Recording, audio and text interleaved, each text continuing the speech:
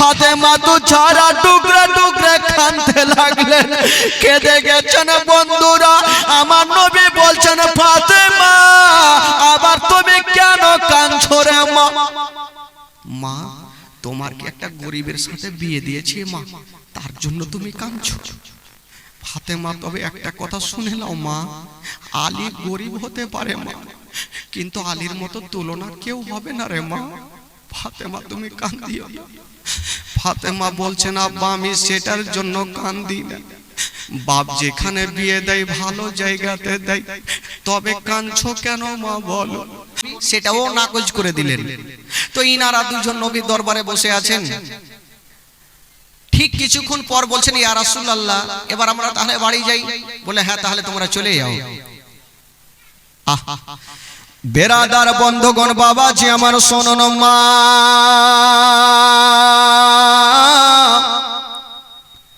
ইনারা দুইজন যাবার জন্য বাবা রাস্তা ধরেছেন। বন্ধুরা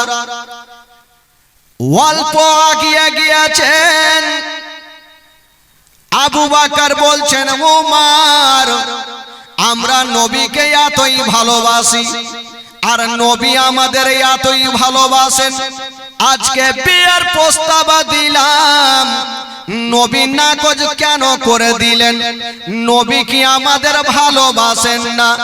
উমর বলছেন, আবু বকর হয় না গয়, আমার আল্লাহ রাজি নাই, এই জন্য আমার নবীও রাজি হলেন না। উমরে ফারুক বলছেন, আবু বকর হয়তো আমার আল্লাহ রাজি নাই, এই জন্য নবী রাজি হলো না। উমরে ফারুক একটা কথা বলেন, আবু বকর আমিও বিয়ের প্রস্তাব দিয়েছি, তুমিও বিয়ের প্রস্তাব দিয়েছো, নবী নাকচ করে দিয়েছেন, কিন্তু আমাদের মধ্যে এমনই একজন ব্যক্তি আছে গো, উনি যদি বিয়ের প্রস্তাব দেয় তবে নবী রাজি হয়ে যাবে। সেটাকে বলো, সেটা হইল শেরে খোদা আলী। আবু বকর বলছে, তোমার মাথা খারাপ, আমাদের গাড়ি আছে, বাড়ি আছে, ধন দৌলত সব আছে, আর আলী তো হলো একজন নবীর বাড়ির চাকর, গোলাম, ওই গোলামের সঙ্গে বাদশার বেটির বিয়ে দিবে, এটা জীবনে আমি মানবো না। উমরে ফারুক বলছেন, আবু বকর পয়সার ঘামান দেখায়ও না, আমার আল্লাহ যদি সেইটাতে রাজি হয় তবে আমার নবীও রাজি হয়ে যাবে। এই কথা বলতে নাই উমরে ফারুক বলছেন, আবু বকর তাহলে দেরি করো না, তাহলে একবার চলো নবীর ওই কি বলে আলীর কাছে চলো। ইয়ারা দুইজন যুক্তি করে বাবা যাচ্ছেন আমার আলীর কাছে। ইনারা যাচ্ছেন, ও ভাই, ও ভাই বসো বসো, একটু শুনেন ভাই, কেউ কথা বলবে না, যুবক ছেলে তো বহুত আছে ভাই, শুনেন জীবনী।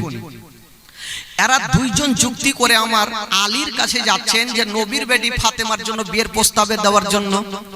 এরা অর্ধেক রাস্তা যেতে নাই, আমার আল্লাহর অর্ডার হয়ে গেল। আল্লাহ বলে, জিবরিল দেরি করো না। বলছেন, আল্লাহ কেন? বলো, তাড়াতাড়ি করে আমার নবীর কাছে চলে যাও, আমার নবীকে জানিয়ে দাও যে আলী ফাতেমার জন্য বিয়ের প্রস্তাব নিয়ে আসবে, তুমি জানিয়ে দিও বাবা গো। তবে আলীর কাছে যাওয়ার আগে বেরাদার বন্ধুরা, ইয়ারা দুইজন আলীর কাছে হাজির হইল।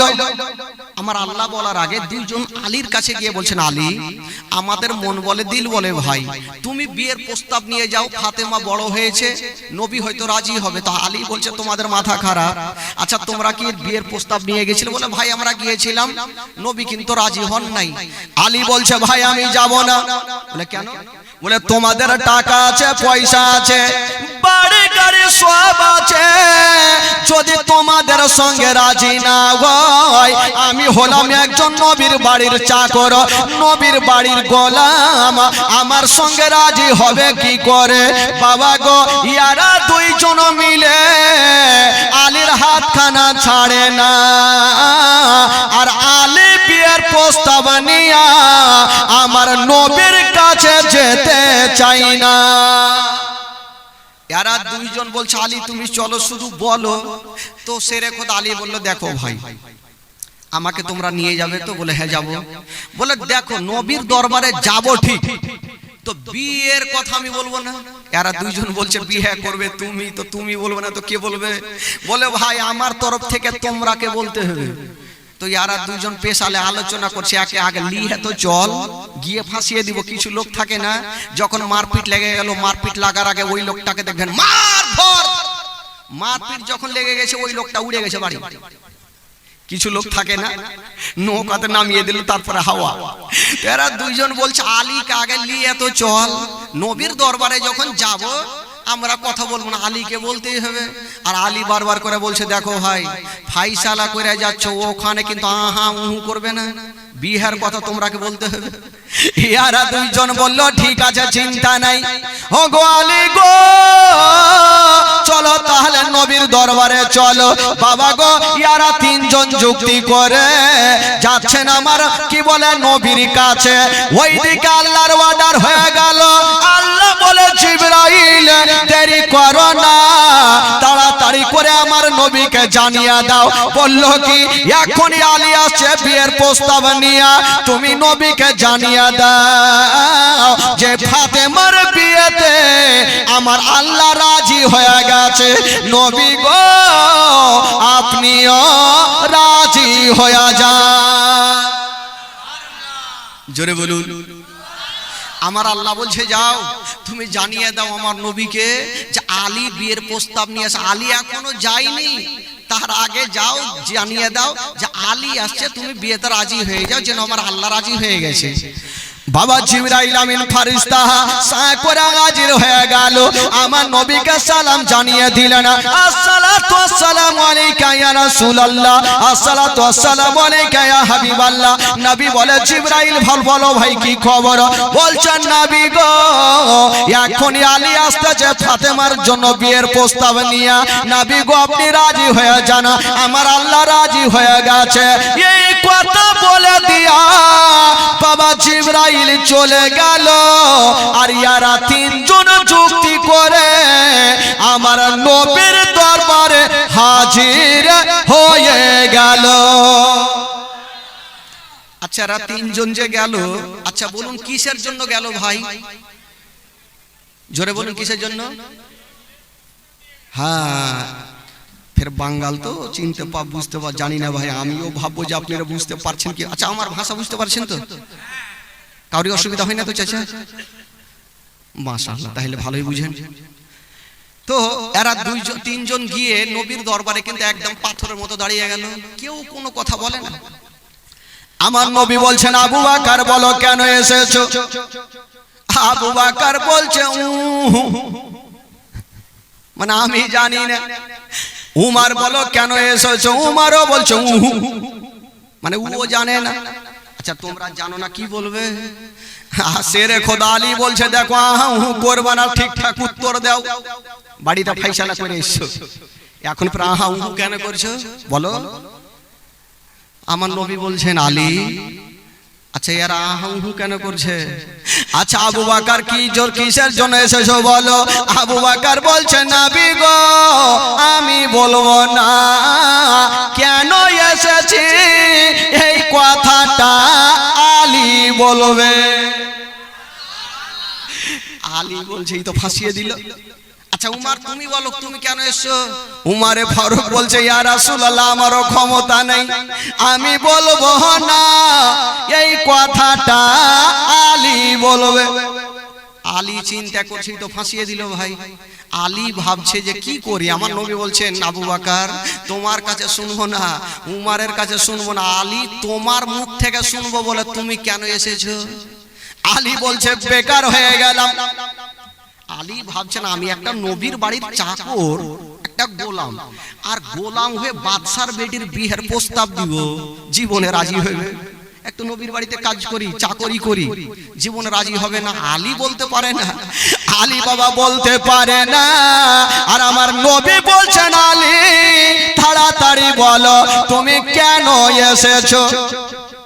আলী চিন্তা করছে ওরা দুইজনকে বলছে আইসো, ওরা দুইজন আর আসে না, অন্যদিকে মুখ ঘুরিয়ে হাফ করে বসে আছে। আলী ভাবছে আমাকে বলতেই হবে, না বললে কোনো উপায় নাই। বলছেন নবী গো আমি আপনার কাছে এসেছি। আচ্ছা এসো তো বুঝলাম, কেন এসো বলো? আবার বলছেন ইয়া রাসূলুল্লাহ আমি আপনার কাছে এসেছি, মানে বলতে পারছেন না। বলছে আরে আলী এসো তো বুঝলাম, কেন সেটা তো বলো। আবার বলছে আমি আপনার কাছে এসেছি। বাবা গো বুকটা ফুটে কিন্তু মুখটা ফুটে না। আচ্ছা বলুন তো ভাই, আলী যে আমার নবীর দরবারে কেন এসেছেন আমার নবী জানে কি জানে না? জোরে বলুন, জানে কি জানে না? আমার নবী তো সব জানে, আলীর জবান থেকে শুনবে তার জন্যই জিজ্ঞাসা করছে। জোরে বলুন সুবহানাল্লাহ। আমার নবী তো আমার আল্লাহ জিবরাইলকে দিয়ে আগে জানিয়ে দিয়েছেন, কিন্তু আলীর জবান থেকে শুনবে। আলীকে বলছে বারবার আমি এসেছি, কিসের জন্য বলো? আলী বলছেন নবী গো আপনার জন্য এসেছি। বলো কেন? আলী পিছনে ঘুরে দেখছে, যদি নবী রেগে যায় তাহলে গুলকি দিয়া ভাইগে যাব। গুলকি বুঝলেন? গুলকি কি বলছে আপনাদের ভাষায়? হোলি, গুলি গুলি। এক দেশের বলি, এক দেশের গালি। এক জায়গাতে জালসা চলছে ভাই জানেন, আর জালসা প্রচুর হারে জমেছে। আর জালসা চলাকালীন যদি কেউ উঠে তো বক্তার মিজাজ খারাপ হবে কি হবে না? জালসা চলেছে ভাই, চলছে চলছে, আর মিডিল জায়গা থেকে একটা লোককে প্রচুর হারে লাগলো পায়খানা। এ তো মাথা তুলছে, আর মাওলানা সাহেব ভাবছি তো লোকটা ভাগছে, রাগের মাথায় বলছে এই লোকটা বসে গেছে। সব থামা যাবে, পায়খানা থামা যাবে না। আবার 10 মিনিট শুনলো, 10 মিনিট পর আবার মাথা তুলছে, মাওলানা সাহেব বলছে আবার বলছে। ওই লোকটা ভাবলো হায় আল্লাহ, কোন মাওলানার জালসা শুনতে আসলাম রে, আমার পায়খানাই বন্ধ করে দিল। বাড়িতে ঘুমাইতাম ওইটাই ভালো ছিল। হঠাৎ করে বেচারা কারেন্টটা চলে গেছে, মানে অন্ধকার। ই ভাবছে এই সুযোগে ভাগতে দেবে, উইঠা ভাই সামনে চলে এসছে। তো কোন দিকে যাবে? চতুর্দিকে লোক যাচ্ছে, কোথায় যাব? তো সামনে 8 নম্বরে জুতা পড়েছিল, এই জুতাতে কাম সেরে দিয়ে যে বসে গেছে। মাওলানা সাহেব সারা রাত বললে এই বান্দা ভাগবে না। ভাগবে কেন? তো কাম সেরে দিয়েছে। আর আসলে ওই জুতাটা সাধারণ লোকের ছিল না, যে মাওলানা জালসা করছিল ওয়ারি জুতা। মাওলানা সাহেব জালসা শেষ করে যেমন রুম থেকে নেমে পা ভরেছে তো খাচাং করে উঠেছে ভাই। হ্যাঁ, তো এরকম যদি লাগে তাহলে যাবেন, এমনি তো উঠিয়ে নামার স্টেজ থেকে কেউ যাবেন না ভাই। বেরাদার বন্ধুগণ বাবাজি, আলী দেখছেন যে কোনো গলি আছে কিনা, যদি নবী রেগে যায়, লাল চোখ যদি দেখেলি তাহলে ভেগে যাবে। আলী বলছেন নবী গো আপনার কাছে এসেছি আপনার বেটি বিয়ার প্রস্তাব নিয়া। যেমন এই কথা বলতে নাই আমার নবীর জবান থেকে বেরিয়ে গেল আলহামদুলিল্লাহ রাব্বিল আলামিন। আমার নবী বলছেন আলী আমি এই কথাটা শোনার জন্য অপেক্ষা করতেছিলাম। বলছেন আলী আমি এই বিয়েতে রাজি হয়ে গেলাম। আলী আমি এই বিয়েতে রাজি হয়ে গেলাম। এবার আলী বড় করে একটা নিঃশ্বাস নিয়েছে, বাপরে জান তো বাঁচলো। ভাবলাম নবী রাজি হবে না, তো নবী রাজি হয়ে গেছে। এরা দুইজন এবার মুখ ঘুরিয়েছে, আবু বকর সিদ্দিক আর উমর ফারুক। তো সেরে খোদা আলী বলছে ভাই আর মুখ ঘুরিয়ে লাভ নেই, নবী রাজি হয়ে গেছে। তো আমার নবী জিজ্ঞেস করছে আলীকে, আজকাল যখন কেউ কোনো বেটার বিয়ে দিবে তো আগে হয়তো জানবে যে মেয়ের বাবার কি আছে না আছে, বা ছেলের কি আছে না আছে, একটা জানা দরকার আছে কিনা ভাই। তো আমার নবী জিজ্ঞাসা করছে আলীকে, আচ্ছা আলী তোমার সঙ্গে যে ফাতেমার বিয়ে দিব তোমার কাছে কি আছে? আলী বলছেন নবী গো আমার কাছে এমন জিনিস আছে অন্য জনের কাছে পাওয়া যাবে না। আমার নবী বলছেন আমার কাছে কি আছে না আছে অন্য জনের কাছে না, কি আছে বলো? আলী বলছেন ইয়া রাসূলুল্লাহ আমার কাছে দ্বীনের নবী মুস্তাফা আছে, আমার কাছে মা আমেনার কলেজা টুকরো আছে, আমার কাছে আব্দুল্লাহর নয়নতারা আছে, আমার কাছে আপনি আছেন নবী গো, আর আমার কোনো জিনিসের দরকার নেই। আমার নবী বলছেন আলী আমি তো আছি, আচ্ছা তোমার কাছে বিক্রি করার কিছু আছে, মোহরানা দিতে হবে। আলী বলছেন নবী গো, যার কাছে নবী আছে তার জন্য কোনো জিনিসের দরকার নাই। যেই নবীকে পেয়ে গেল সে যেন আল্লাহকে পেয়ে গেল, আর আল্লাহকে যে পেয়ে গেল জান্নাত তারই হলো। তো যে নবীকে পেল তার জন্য জান্নাত জাহান্নামের দরকার নাই। আমার নবী বলছে আলী আচ্ছা আমি তো আছি, তোমার কাছে বিক্রি করার কিছু আছে বলো। আলী বলছেন নবী গো আমার কাছে এমন কিছু নাই, তবে ইয়া রাসূলুল্লাহ আমার কাছে শুধু একটা লোহার পোশাক আছে, যেই পোশাকটা পরিধান করে আমি যুদ্ধের ময়দানে যুদ্ধ করি। আমার নবী বলছেন আলী তুমি যাও আর ওই পোশাকটা বিক্রি করে আসো। বাবা গো শেরে খোদা আলী গেল, ওই পোশাকটা বিক্রি করে কিছু টাকা নিয়ে আমার নবীর কদম মোবারকায় ঢেলে দিল। আমার নবী বলছেন বেলাল দেরি করো না, এখান থেকে টাকা নিয়ে যাও আর কিছু খুরমা খেজুর নিয়ে চলে আসো। বাবা গো সেখান থেকে টাকা নিয়ে খুরমা খেজুর নিয়ে আসা হইল। যেমনই নিয়ে আসা হইল গো আমার নবী ফাতেমাকে ডাক দিলেন। ফাতেমা চলে আসলেন। ফাতেমাকে বলছেন আমার নবী বেটি আমি তোমার সঙ্গে আলীর বিয়ে দিচ্ছি রে মা, তুমি কি রাজি আছো? ফাতেমা কোনো কথা বললেন না, একটু মুস্কি মেরে হেসে চলে গেলেন। জোরে বলুন সুবহানাল্লাহ। তো কোনো বাবা যখন ছেলেকে বলবে বিয়ে করবি বেটা, বিয়ে ছেলে হাসলো মানে বুঝলেন বিয়ে করবে, আর ছেলে দুঃখ মানে করবে না। আমার নয় বুঝে গেল যে বেটি আমার রাজি আছে। বেরাদার বন্ধুগণ এবার খুরমা খেজুর নিয়ে আসা হইল, আর ওই আলীর সঙ্গে ফাতেমার বিয়ে হয়ে গেল। জোরে বলুন। আচ্ছা বলুন তো ভাই আপনাদের এলাকায় যখন বিয়ে হয় তখন কি বলে, ওই যে নতুন বিবিকে নিয়ে আসার জন্য গাড়ি আসে কিনা, মারুতি আসে কিনা, বাস আসে কিনা, ট্রেন পেলে ট্রেন ওকে হুরে যাব করলে তো সব আসে। কিন্তু আলী যে ফাতেমাকে বিয়ে করলেন, আলী তো ঘর নেই বাড়ি নেই, উনি কোথায় নিয়ে যাবেন? আহ একটু শুনেন ভাই, চোখের পানি ফেলতে হবে। আলী ঘরের কোণাতে বসে বসে কাঁদছেন, আল্লাহ আমার বাড়ি নাই ঘর নাই, আল্লাহ আমার সঙ্গে নবীর বেটি ফাতেমার বিয়ে হয়েছে, আল্লাহ আমার বাড়ি নাই, ফাতেমাকে আমি কোথায় নিয়ে যাব? শেরে খোদা আলীর চোখ দিয়ে ঝরঝর করে পানি। আল্লাহ গো আজকে নবী নন্দিনী ফাতেমাকে বিয়ে করেছি, আল্লাহ আমার তো থাকার কোনো জায়গা নাই, আমি ফাতেমাকে কোথায় নিয়ে যাব? এই কথা ভেবে আলী কাঁদতেছিল। ভাবা গো হুয়া তো ইজ্জমান্তাসা হুয়া তো জিল্লমান্তাসা, ইজ্জতের মালিক আল্লাহ, জিল্লতের মালিক আল্লাহ।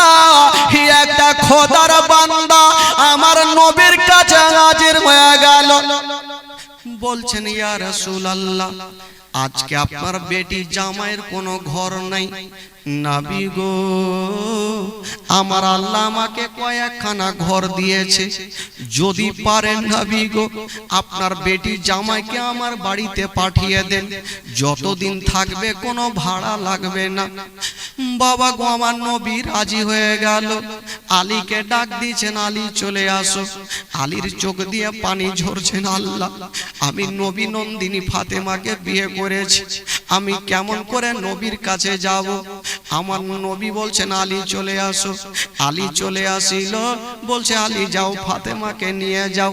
ফাতেমা যখন শ্বশুর বাড়ি যাবেন বন্ধুরা, আজকাল যখন মা বোনদের বিয়ে হয় গো, শ্বশুর বাড়ি যাওয়ার আগে মার বুকখানে লেগে যায়, ডুকরে ডুকরে কান্দে আর বলে মা গো আজকে আমার বিয়ে হলো মা, আজকে আমি পরের ঘরে চলে যাব মা। মা বেটিকে বুকখানে ধরে ধরে গালে মুখে চুমা খাবেন বন্ধুরা, সান্ত্বনা দেবে। ফাতেমা যখন যাবে গো, হঠাৎ করে ফাতেমার চোখ দিয়ে যেন পানি থামলো না। আমার নবী মুস্তাফা বলছেন, ফাতেমা বেটি তুমি কাঁদছো কেন মা বলো? বলছেন, আব্বা গো আজকে আমি শ্বশুর বাড়ি যাচ্ছি আব্বা। আব্বা গো আমার মা নাই যে আমি মার বুকে ঢুকে যাব। আব্বা যদি আমার মা থাকতো, আমার মা বুকখানে লাগাইয়া আমার কপালে চুমা দিয়ে দিত। আব্বা আমার মা নাই, কেমন করে আমি যাব? হায় রে আমার নবী মুস্তাফা বলেছিলেন, মা তুমি কান্দিও না, চোখের পানি ফেলিও না রে মা, তোমার মা নাই তো কি রে মা, আমি তোমার আব্বা বেঁচে আছি, মা তুমি কান্দিও না। ওরে বেটি ফাতেমা আমি সব সহ্য করিব, তোমার চোখের পানি দেখতে পারবো না। হাজার হলো বন্ধুগণ, যার মা জগতে নেই তার দুনিয়াতে কিছুই নেই। বাবা গো পৃথিবীতে সব খুঁজে পাবেন, কিন্তু মার মতো মা একটা খুঁজে পাবেন না। যার মা নাই সে ভালো করে জানে মা না থাকার ব্যথা কতটুকু হয়। ফাতেমা যাচ্ছেন বিদায় হয়ে, কিন্তু ডুগরে ডুগরে কাঁদছেন, আব্বা গো আমার মা নাই, মার বুকে লাগবো। আমার নবী সান্ত্বনা দিয়ে বলছেন, বেটি তুমি কেন কাঁদছো রে মা? কাঁদতে হবে না, যাও। বেটিকে সান্ত্বনা দিয়ে গালে মুখে চুমা খেয়ে বেটিকে আদর করে সান্ত্বনা দিয়ে বিদায় দিলেন। ওরে যুবকেরা শুনেন, মা গো জীবনী শুনে যদি কেউ আহলে বাইতের কথা শুনে একটা ফোঁটা চোখের পানি ফেলে দিতে পারেন, আমার নবী খুশি হয়ে যাবে। আর নবী যদি খুশি হয়, আমার আল্লাহ খুশি হয়ে যাবে। ফাতেমা চলে গেলেন বাবা শ্বশুর বাড়ি। যেমনই যেতে নাই কেতাবে লিখছেন বাবা, কেউ বলেছেন সন্ধ্যার সময়, কেউ বলেছে ভোরের সময়, যেন ফাতেমার গেটে ডাক দিতেছে। যেমনই ডাক দিচ্ছেন বন্ধুরা, ফাতেমার গেটে টক টক করে আওয়াজ। ফাতেমা যেন কানটা কাড়া করে দেখছেন, আল্লাহ হিয়া তো ভোরের টাইমে আমার গেটে কে চলে আসিল জানি না।